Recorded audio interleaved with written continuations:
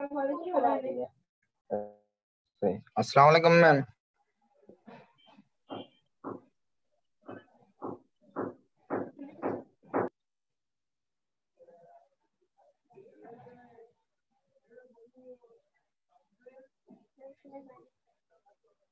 माशाअल्लाह।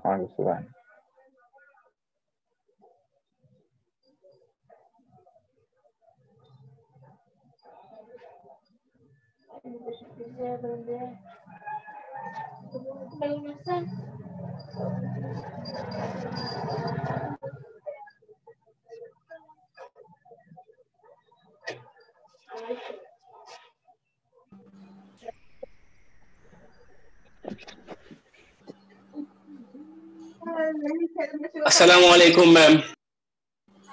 अस्सलाम वालेकुम। अस्सलाम वालेकुम मैम।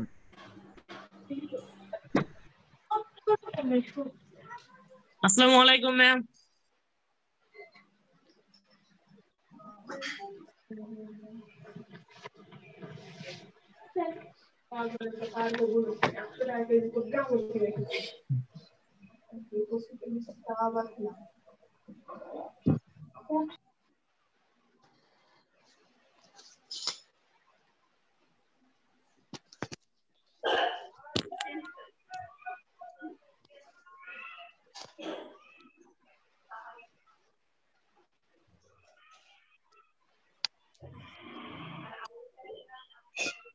मैम माइकটা অন করেন। মাইক অন করেন, মাইক অন করেন। হ্যাঁ, শুনতে পাচ্ছো? আসসালামু আলাইকুম। জি ম্যাম, এখন শোনা যাচ্ছে। আচ্ছা, ঠিক আছে। সবাই কেমন আছো? আলহামদুলিল্লাহ ভালো। আপনি কেমন আছেন? হ্যাঁ, আমিও ভালো আছি। আচ্ছা, গতদিন ক্লাসে তোমাদের অষ্টম অধ্যায় নিয়ে আলোচনা করেছিলাম, তাই না? নাকি শুরু করবো? আমরা প্রতীক, সংকেত, যোজনী এগুলো নিয়ে আলোচনা করেছিলাম। আচ্ছা, তোমরা একটু মিউট করো, কথা শোনা যাচ্ছে। তো তোমাদের প্রতীক, সংকেত, যোজনী থেকে আমি কিছু প্রশ্ন করব, দেখি বলতে পারো কিনা। প্রতীক কাকে বলে? একজন বলো তো।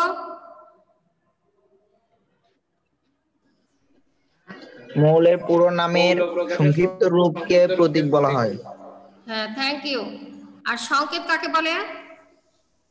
কোন মৌল বা যৌগের অনুসংক্ষিপ্ত রূপকে সংকেত বলে। সংকেত বলে। আচ্ছা, আর যোজনী?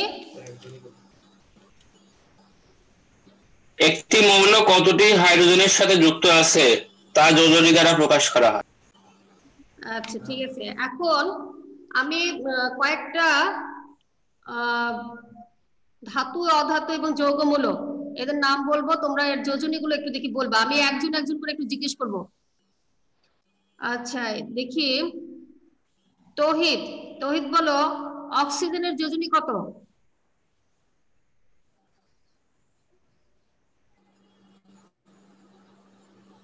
কি বলবেন? মানে অক্সিজেনের? হ্যাঁ, অক্সিজেনের যোজনী কত? অক্সিজেনের যোজনী নাম প্রথম, দ্বিতীয় না তৃতীয়? যোজনী, যোজনীটা কত? 1 2 3 4 কোনটা হবে? যোজনী কয়টা সেটা বলো। অক্সিজেনের যোজনী কত? ও ম্যাডাম 2 ম্যাডাম।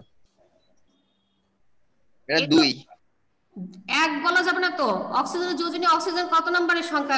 তোমাদের বইয়ে যে চার্টটা দিয়ে আছে, অক্সিজেন কত নম্বর ঘরে আছে? 2 নম্বর না? এটা 2 তো ম্যাডাম। তাহলে 2 বলবা, তাহলে 1 বলছো কেন? Yes ma'am. তাহলে অক্সিজেনের যোজনী বলবা 2। 2 বলছি ম্যাডাম, 1 বলিনি তো। আচ্ছা, ঠিক আছে। এটা 2 বলছি ম্যাডাম, 1 বল। আচ্ছা, ঠিক আছে। এরপরে তাসিন, তাসিন বলো তো, কার্বনের যোজনী কত?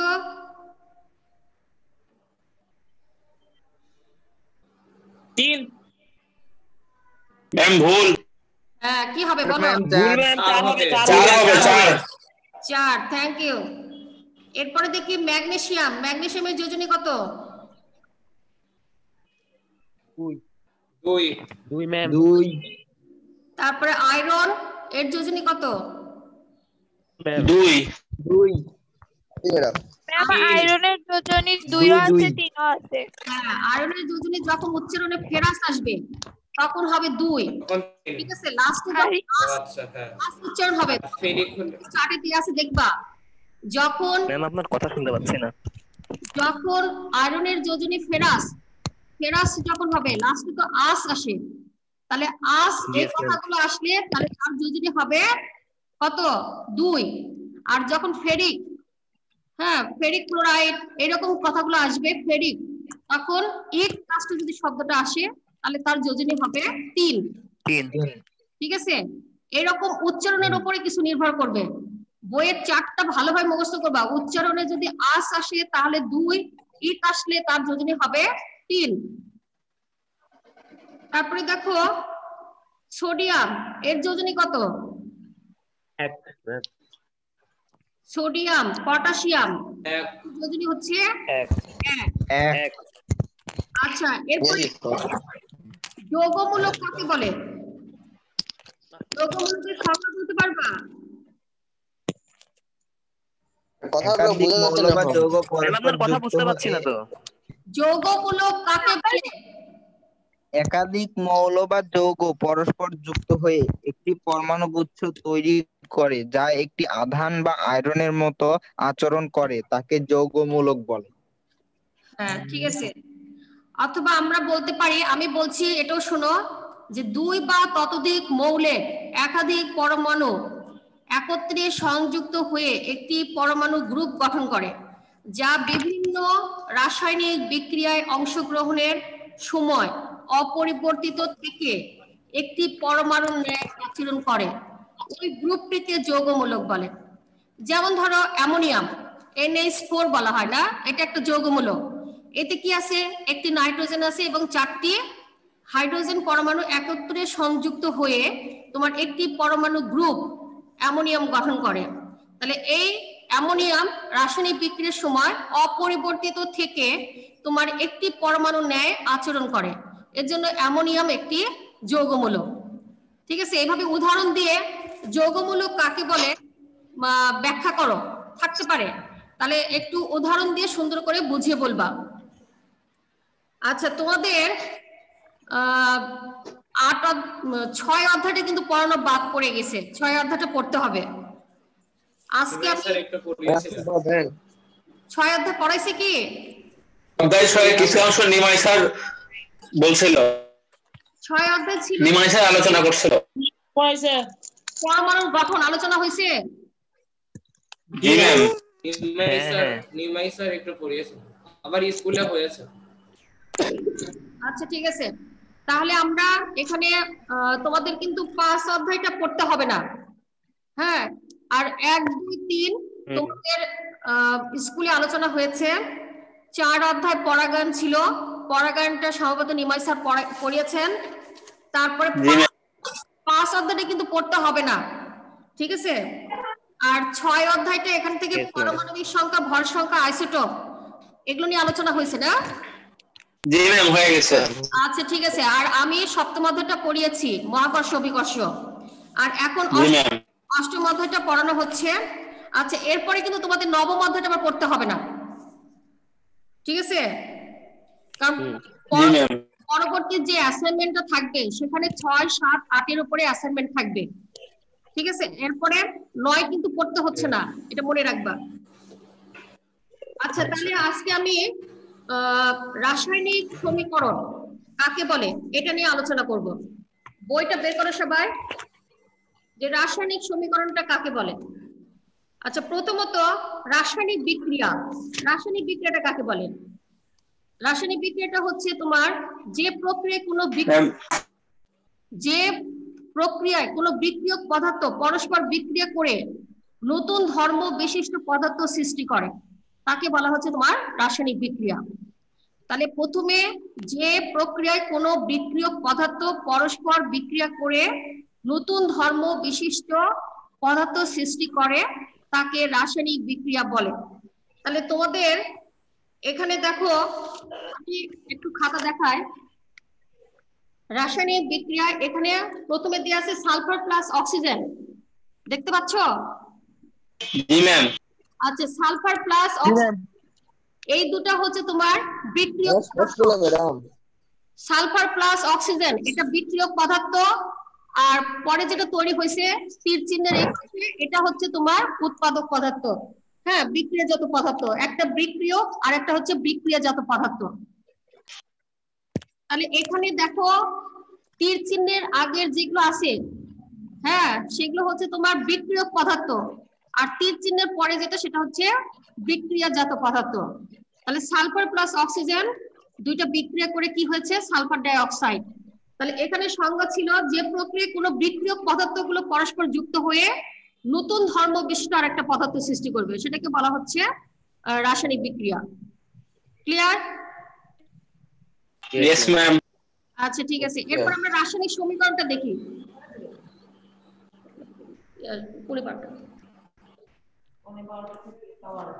হ্যাঁ, আচ্ছা এরপরে দেখো রাসায়নিক সমীকরণ।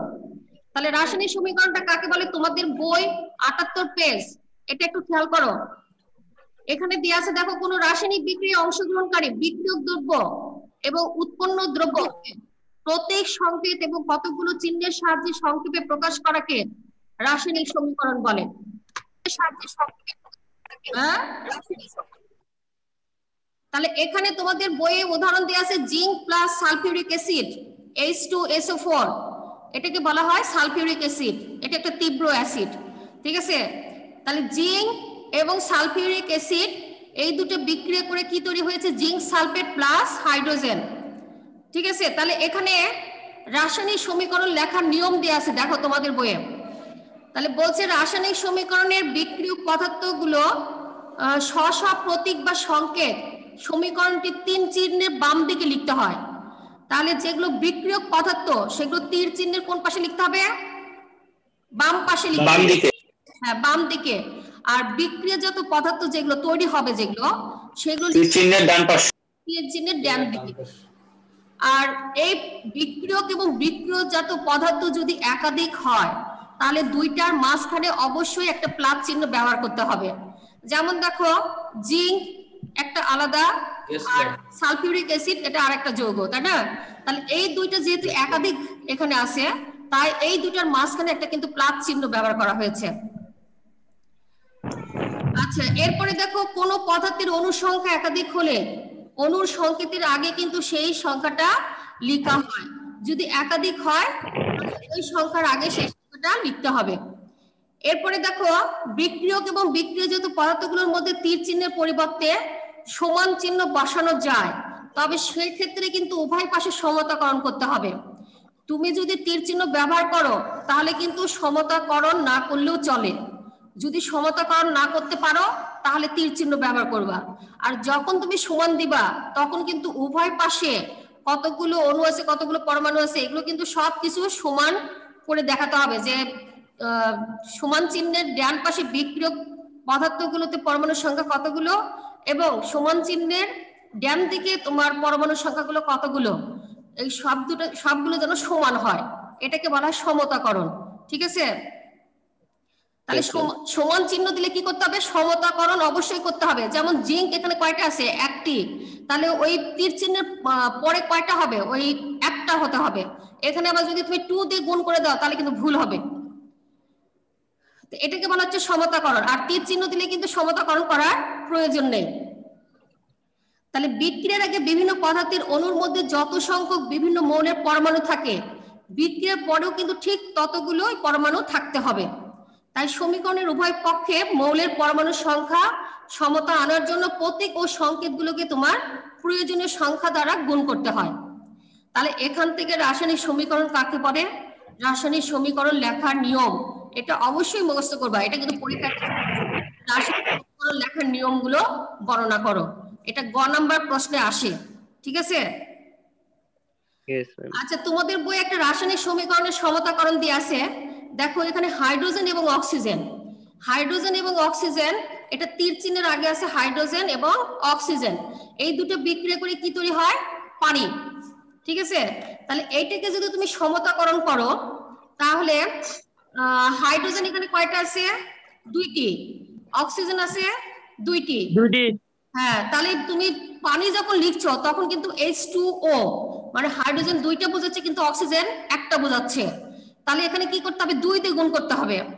ঠিক আছে, তাহলে 2 দিয়ে যখন গুণ করছো তখন আবার হাইড্রোজেনের সংখ্যা হয়ে যাচ্ছে দেখো 2 দুগুণে 4টি। তাহলে এখানে প্রথমে তুমি যখন হাইড্রোজেন লিখেছো তখন সেখানে ছিল H2, মানে 2টা ছিল। তাহলে এখানে কি করতে হবে, হাইড্রোজেনের আগেও 2 দিয়ে গুণ করে দিতে হবে, তাহলে যে কিন্তু সমান উভয় পাশে সমতা ঠিক হবে।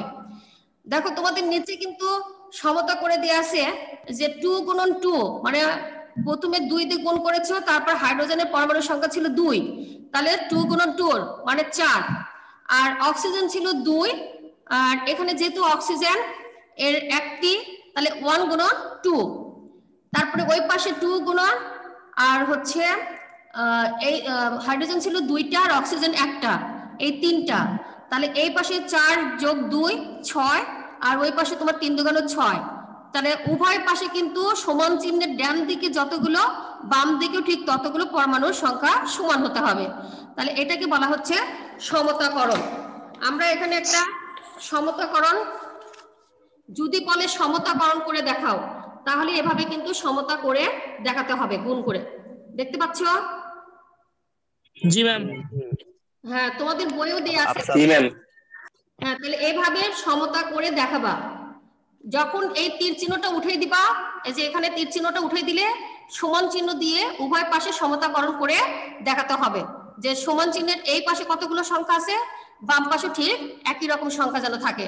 দিয়ে দেখো উভয় পাশে কিন্তু 6 সমান 6, দুইটা কিন্তু মিলে গেছে, তাহলে তোমার সমতাকরণ ঠিক আছে। ঠিক আছে, এরপর আমরা রাসায়নিক বিক্রিয়া নিয়ে আলোচনা করব। তাহলে রাসায়নিক বিক্রিয়া কাকে বলে? একটু আগে আমরা বলেছি যে প্রক্রিয়ায় কোনো বিক্রিয়ক পদার্থগুলো পরস্পর বিক্রিয়া করে তোমার যখন নতুন ধর্ম পদার্থ সৃষ্টি করে তাকে বলা হয় রাসায়নিক বিক্রিয়া। তাহলে বিক্রিয়ক পদার্থ মানে তীর চিহ্নের আগে যেগুলো থাকে যৌগগুলো, তাদেরকে বলা হচ্ছে বিক্রিয়ক। আর তীর চিহ্নের পরে মানে এই আগের গুলো বিক্রিয়া করে, এই বিক্রিয়ক পদার্থগুলো বিক্রিয়া করে যে নতুন ধর্ম বিশিষ্ট আরেকটা পদার্থ সৃষ্টি হয় তাকে বলা হয় বিক্রিয়াজাত পদার্থ। তাহলে এই প্রক্রিয়াটার নামই হচ্ছে তোমার রাসায়নিক বিক্রিয়া। তাহলে এখানে তোমাদের রাসায়নিক বিক্রিয়া সম্পর্কে পড়তে হবে সংযোজন, দহন, প্রতিস্থাপন, এই 3টা সম্পর্কে পড়তে হবে। তাহলে সংযোজন বিক্রিয়াটা কাকে বলে আমরা একটু দেখি। বলছে যেখানে একের অধিক পদার্থ একত্রিত হয়ে, একটি হতে পারে অথবা একের অধিক পদার্থ হতে হবে। তাহলে এরা যখন বিক্রিয়া করে সম্পূর্ণ ভিন্ন ধর্মী বিশিষ্ট নতুন একটা পদার্থ তৈরি করবে তখন তাকে বলা হয় সংযোজন বিক্রিয়া। যেমন তোমাদের বইয়ে দেয়া আছে, দেখো আয়রন এবং সালফার এই দুটো বিক্রিয়া করে, কত পৃষ্ঠা? পেজ নাম্বার 79 দেখেছো? পাইছি ম্যাডাম। আচ্ছা ঠিক আছে, এখানে বলছে আয়রন এবং সালফার এই দুটো বিক্রিয়া করে কি তৈরি করে? Ferrous sulphide. তাহলে এরা একে অপরের সাথে, প্রথমে আয়রন এবং সালফার এরা একে অপরের সাথে বিক্রিয়া করে সম্পূর্ণ ভিন্ন ধর্মী বিশিষ্ট নতুন একটা পদার্থ ফেরাস সালফাইড তৈরি করেছে। তাহলে এইটাকে বলা হচ্ছে সংযোজন বিক্রিয়া। এরপরে দেখো জিঙ্ক প্লাস সালফার এই দুটো বিক্রিয়া করে আবার কি তৈরি করে? Zinc sulphide. হ্যাঁ, জিঙ্ক সালফাইড। সালফারটা সাধারণত হালকা হলুদ রঙের হয়ে থাকে, এগুলো কিন্তু অবজেক্টিভে থাকে যে সালফারটা কেমন হয়ে থাকে। হ্যাঁ, হালকা হলুদ রঙের। এরপরে দেখো আমরা সংযোজন বিক্রিয়াটা একবার দেখি। এই যে দেখো ফেরাস প্লাস সালফার, এই দুটো আয়রন প্লাস সালফার এই দুটো বিক্রিয়া করে কি তৈরি করেছে? Iron sulphide. আর জিঙ্ক প্লাস সালফার বিক্রিয়া করে জিঙ্ক সালফাইড। এরপর আরেকটা দিয়ে আছে অ্যামোনিয়া প্লাস হাইড্রোজেন ক্লোরাইড, এই দুটো বিক্রিয়া করে তৈরি করে অ্যামোনিয়াম ক্লোরাইড। দেখতে পাচ্ছ? জি ম্যাম, বইয়েও আছে। হ্যাঁ, বইও আছে, আমি তারপরে একটু খাতায় দেখাচ্ছি যে অ্যামোনিয়া প্লাস হাইড্রোজেন ক্লোরাইড এই দুইটা যৌগ মিলে কি তৈরি হলো? অ্যামোনিয়াম ক্লোরাইড বিক্রিয়া। তাহলে সংযোজন বিক্রিয়াটা আমরা বুঝতে পারলাম, একের অধিক পদার্থ বিক্রিয়া করে নতুন ধর্ম বিশিষ্ট আরেকটা পদার্থ তৈরি করবে, এটাকে বলা হচ্ছে সংযোজন। মানে দুইটা যুক্ত হয়ে একটি তৈরি হবে, এটা মনে রাখবা, এটাকে বলা হচ্ছে সংযোজন। এরপরে দহন বিক্রিয়া। তোমাদের উদ্দীপকে পরীক্ষার প্রশ্নে কিন্তু উদ্দীপকে একটা বিক্রিয়া উঠিয়ে দেওয়া থাকবে এবং বিক্রিয়া প্রশ্ন থাকবে যেটা কোন ধরনের বিক্রিয়া ব্যাখ্যা করো। ঠিক আছে, তাহলে তোমাদের বইয়ে যে কয়টা উদাহরণ দেওয়া আছে বেশি বেশি করে প্র্যাকটিস করবা, এর বাইরে কিছুই পরীক্ষায় আসবে না, বইয়ের ভিতর থেকেই আসবে। তাহলে ওই বিক্রিয়াটা দেখে যেন তুমি বলতে পারো যেটা কোন ধরনের বিক্রিয়া। যেমন তুমি হ্যাঁ ম্যাম দহন বিক্রিয়ায় সব সময় অক্সিজেনের সাথে বিক্রিয়া হবে। আমি তো দহনে এখনো যাইনি, দহন পরে বলি। Okay ma'am. আমরা সংযোজনের কথা বলছি, তাহলে তুমি সংযোজন বিক্রিয়াটা তুমি দেখলেই বুঝতে পারবা যে দুইটা যুক্ত হয়ে একটা যৌগ তৈরি হবে, এটাই হবে সংযোজন। ঠিক আছে, এটা ক্লিয়ার তো? বুঝতে পেরেছো? এরপরে দেখো দহন। দহনটা কি?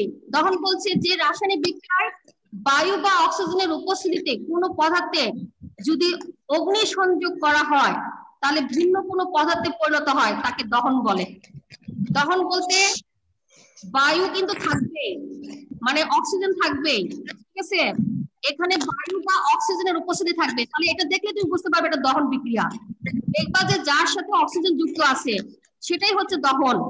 ঠিক আছে, আর উপরে দেখবা যে তাপ চিহ্ন দেয়া থাকবে, লেখা থাকবে অথবা তাপ চিহ্ন দেয়া থাকবে। আমি এখানে দেখাচ্ছি, দেখো এভাবে সালফার প্লাস অক্সিজেন, উপরে কিন্তু তাপ কথাটা লেখা আছে, যে বিক্রিয়া করে হয়েছে সালফার ডাই অক্সাইড।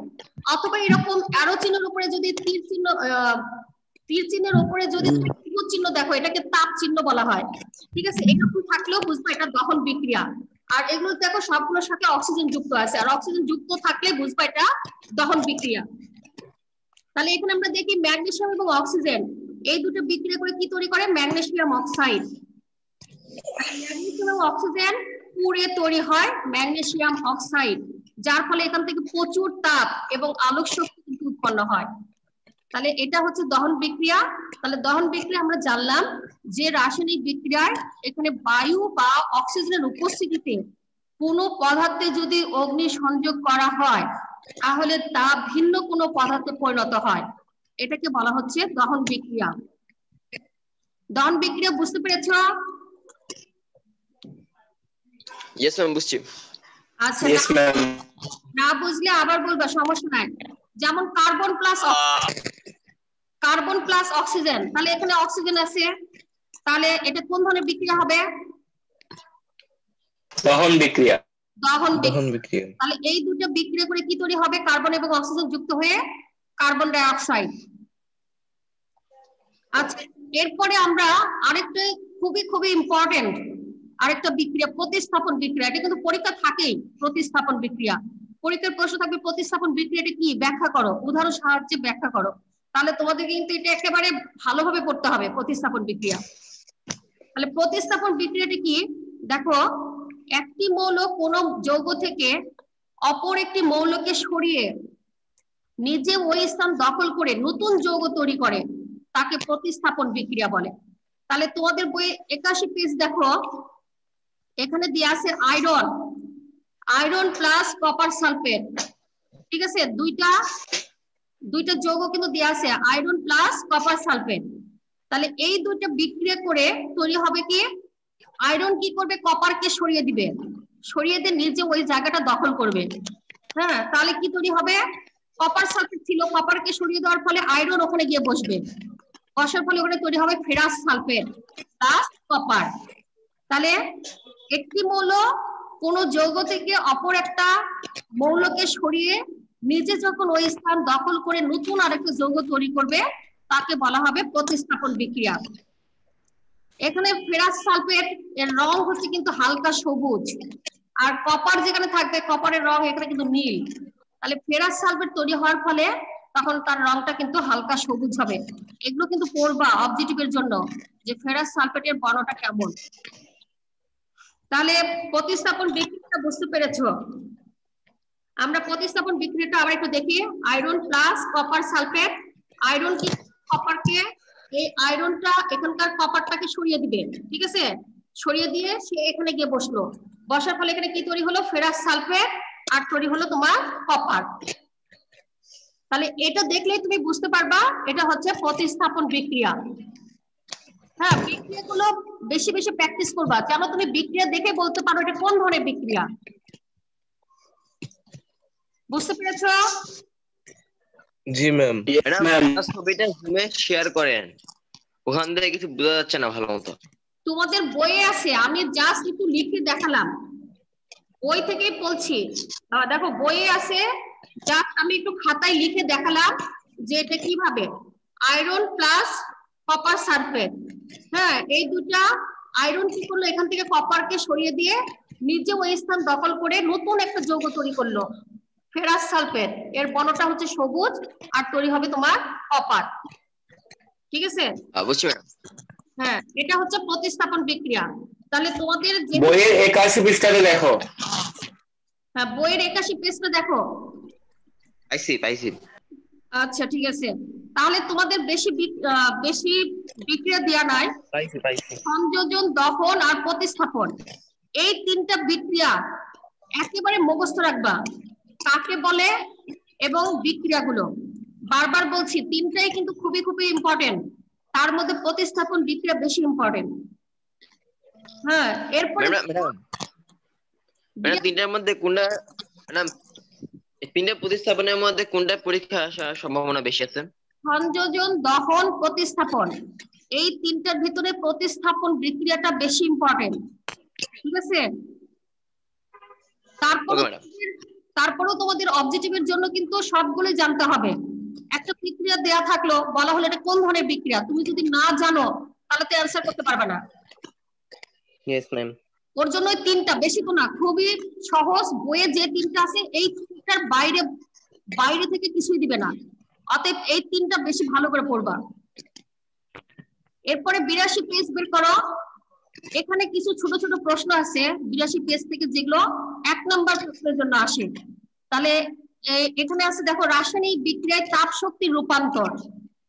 রাসায়নিক বিক্রিয়ার ফলে তাপ শক্তির কিভাবে রূপান্তর হয়, তাপ শক্তি বাড়ে না কমে, সেটা আমরা দেখব। তাহলে 82 পেজ, এখানে দেখো প্রথমে দেয়া আছে নিচের দিকে রাসায়নিক বিক্রিয়ায় তাপ শক্তি রূপান্তর। মোম জ্বালানোর ফলে, আমরা জানি যে যখন আমরা মোমটা জ্বালাই তখন মোম জ্বালানোর ফলে কি হয়, সেখানে তাপ শক্তি উৎপন্ন হয়। আর তাপ শক্তি উৎপন্ন হয় বলে আমাদের হাতে কি হয়, গরম লাগে।